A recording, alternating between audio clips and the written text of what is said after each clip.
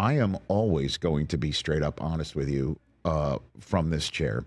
And then not only do I try to shoot you straight, I try to give you something to think about. I try to give you insight.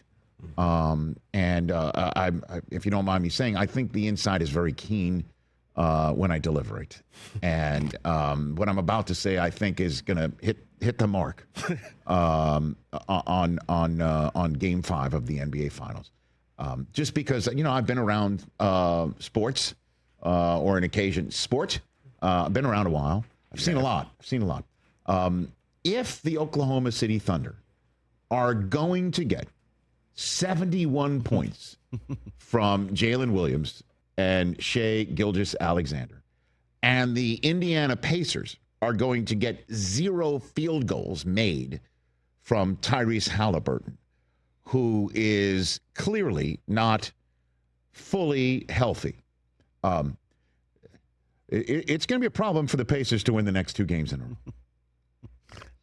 How's that? That's pretty expert. That's why you're nail it? Yeah, it's why you're the best in the biz, Thank Rich. you, You know what I mean? Chris. Yeah. I appreciate you recognizing game. Absolutely. When you see it. Yeah, no doubt.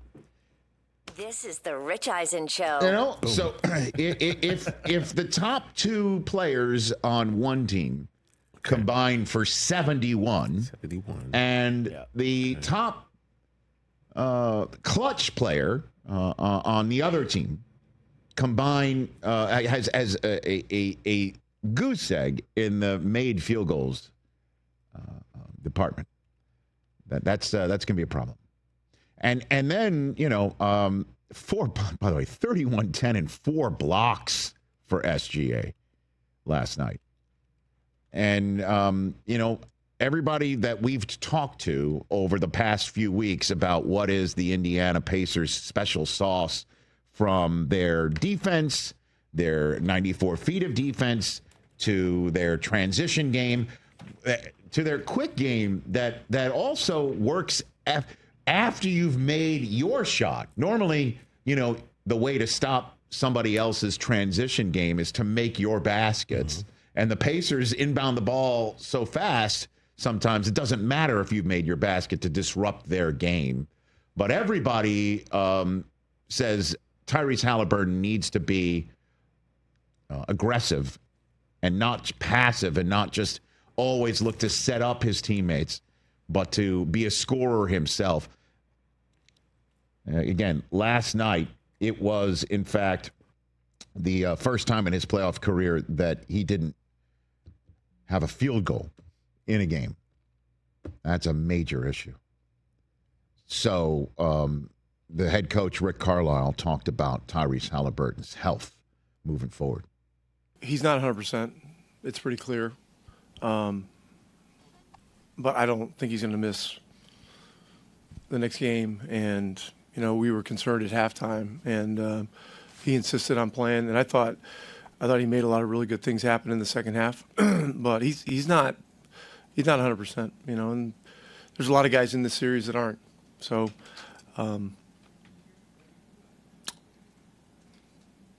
shoulder shrug at the end there. Yeah, pretty much.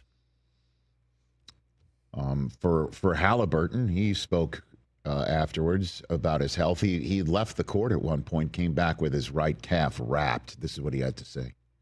It's the NBA Finals. It's the finals, man. I've worked my whole life to be here, and I want to be out there to compete. Help my teammates any way I can. I was not great tonight by any means, but it's not really a thought of mine to not play here. If I can walk, then I want to play. So they understand that, and is what it is, and got to be ready to go for Game 6. Yeah, it's so dire. His voice didn't even change during that soundbite. 4, 7, and 6. I mean, and to the benefit of his calf, there's 2 days off in between games. So next game is Thursday, and it's must win. What were you saying? Pick up sticks, Pacers and 6. What have you been saying? What's in your phrase? Mental Plicks. Yeah. Pick up sticks. Yes. Putting on the Ritz. On the Ritz, yeah. It was Pacers and 6. Now it's got. You got to come up with a new rhyme for Pacers and 7. Because I don't believe it's anyone. I think it's 7. Yeah. Seems like it's over, right? Well, I know. Nah, because No, I mean. Really? Wow. it's every other game No. theory. Listen, hold on a second. Let me get this right, because we were all watching it while we were fine dining last night. This game was a 2-point game with 8:30 to go. Actually, it was a 2-point game with 8:10 to go. And that's when Jalen Williams made a 24-foot 3-point shot. The roof began to cave in on the Indiana Pacers, who got it as close as 5 with 7:20 to go. And then look out below. Too many turnovers. SGA and Jalen Williams just went on an absolute tear. Too many turnovers. A couple by Andrew Nembhard, which were killers, absolute killers. And he's been on point, and all they got to do is just go back home. Pascal Siakam, at one point, Chris, you said during dinner that if he wins the title, because it looked like, okay, Pacers down 2, now they're down 5. They could win this. It's totally there in right. the middle of the fourth quarter. Sure. Middle of the fourth quarter. 7 minutes to go. This was a jump ball in a way. Yeah. You were even saying Siakam, if he wins this championship for the Pacers, would have a case for Springfield, Massachusetts at one point. On a path. Second title with second team. Not something. He had 28 last night. He has been their best consistent player throughout this entire playoffs. Consistent, I think. Yeah, that's the key. And so go home, win Game 6, rest up, 2 more days. Sunday on ABC. Let's go. Jump ball. Game 7 on Sunday. We need it. Right, and it's all set up. I mean, Carlisle knew it was going to be a long series when he started throwing rose petals at Scott Foster's feet in his defense. Man, is the extender going to be out here? I don't know. On Game 6, But he was buttering them up. But truly, listen, we all know why Oklahoma City is so tough to beat. Certainly at home, you see that home court advantage. The crowd is nuts. The number of people who have been to Oklahoma City Thunder games over these playoffs that I have spoken to say it is the loudest they've heard buildings ever. Really? Yes. And if you're not wearing the T-shirt, they put you on the screen and they shame you to put the shirt on. For real? Correct. Is that a real thing? That is correct. I was told that as well. That's awesome. So they just don't put Goldstein on screen. They just don't. They know Jimmy Goldstein is a lost cause. He's not putting a shirt on. Yeah, right. Or John Calipari, right? Or Adam Silver. I might have. You know what I mean? He's got to stay a little.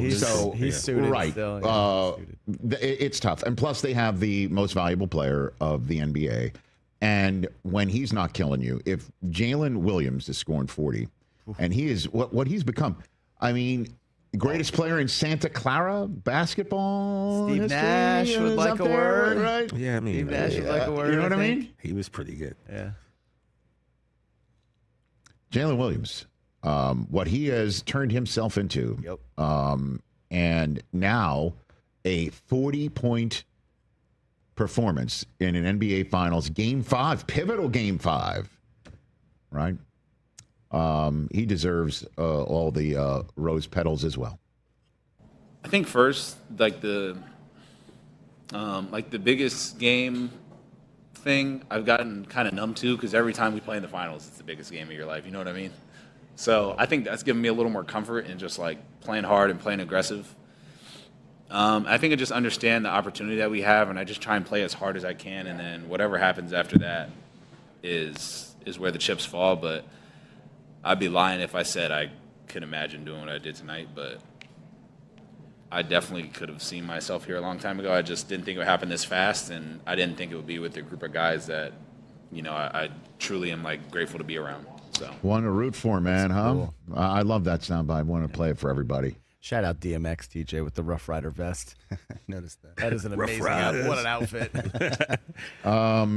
Jalen Williams again and SGA have combined to score 70 points in a game now. A grand total of, anybody want to guess? How many times the two of them have combined for 70 points in a game? Anybody, including playoffs? I mean, 3. Bueller. 7. I'm going to say 3 because he has up 3. 7 and you say I 3? said 3, but then you said it too. Oh, I mean, you want Price is Right close without going over. 7, 3? I mean, I said 2. Oh, you said 2. You said 2. Yeah. Well, you take your total, Chris, and your total, Jay. Add them together. 10. What? Whoa. 10 times. Man, Wow. That's quite the underrated dynamic duo of the NBA right now. I was Technically, I you don't won. know They got- where 9 of Technically, them. I won. They got, You won. then they got Holmgren, There were then they 9 of got them, I was not aware Hartenstein, of. then they got Dort, then they got all of these perimeter defenders and all of these. They won 68 games for a reason. And now Oklahoma City. You know, I'm wondering if there's some people in Seattle excited as well. I mean, like they're Say not. you won. Well, I mean, Maybe. they're Doubtful. 1 game away from being champions of the NBA in a parade in Oklahoma City to celebrate the association's championship. All they got to do is either win Thursday or come back and win Sunday. And I don't know.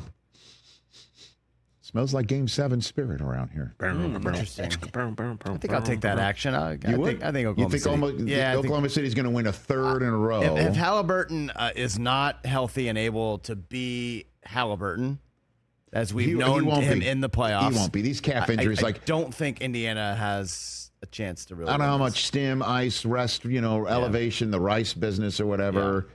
Calf, as you know, can always lead to Achilles, or that these things are dicey. Yep. These soft tissues aren't one of those things like a sprained ankle where Mahomes can suddenly win Super Bowls by running for first downs on those things. This feels a little different. Yeah. But I don't know, man. We'll see. The The Pacers in that house forcing a Game 7. I don't know. Maybe I'm a little too optimistic. Well, we're manifesting. Obviously, would want the season to go as long as That's we true. can. That's true. Catch the Rich Eisen Show live weekdays from 12 to 3 p.m. Eastern on Roku Sports Channel in the U.S.